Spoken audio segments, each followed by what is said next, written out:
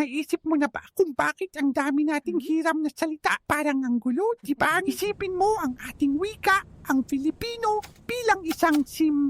Noong una, simple lang ang kanyang mundo. Parang base game lang. May sarili siyang mga salita at gawi. Tapos, dumating ang ibang mga sim mula sa iba't ibang mundo. May mga Espanyol, Amerikano at Hapon. Sa bawat pakikipag-usap, may bagong natututunan si Simwika Plumbob Sound. Tatagdagan ang kanyang skill sa vocabulary. Biglang may mesa, silya at pintana sa kanyang isip. Tapos may teacher, geek at computer. Hindi ito nangangahulugan na nawala ang pagiging siya. Sa halip, lalo siyang naging unique at interesting. Para siyang isang sim na na-downloadan ng maraming cool na custom content. Ang bawat hiram na salita ay isang bagong trait na nagpapayaman sa kanyang kwento. Kaya ang wika natin ay hindi lang basta mga salita. Ito ay isang buhay na kasaysayan, isang mix ng iba't ibang kultura,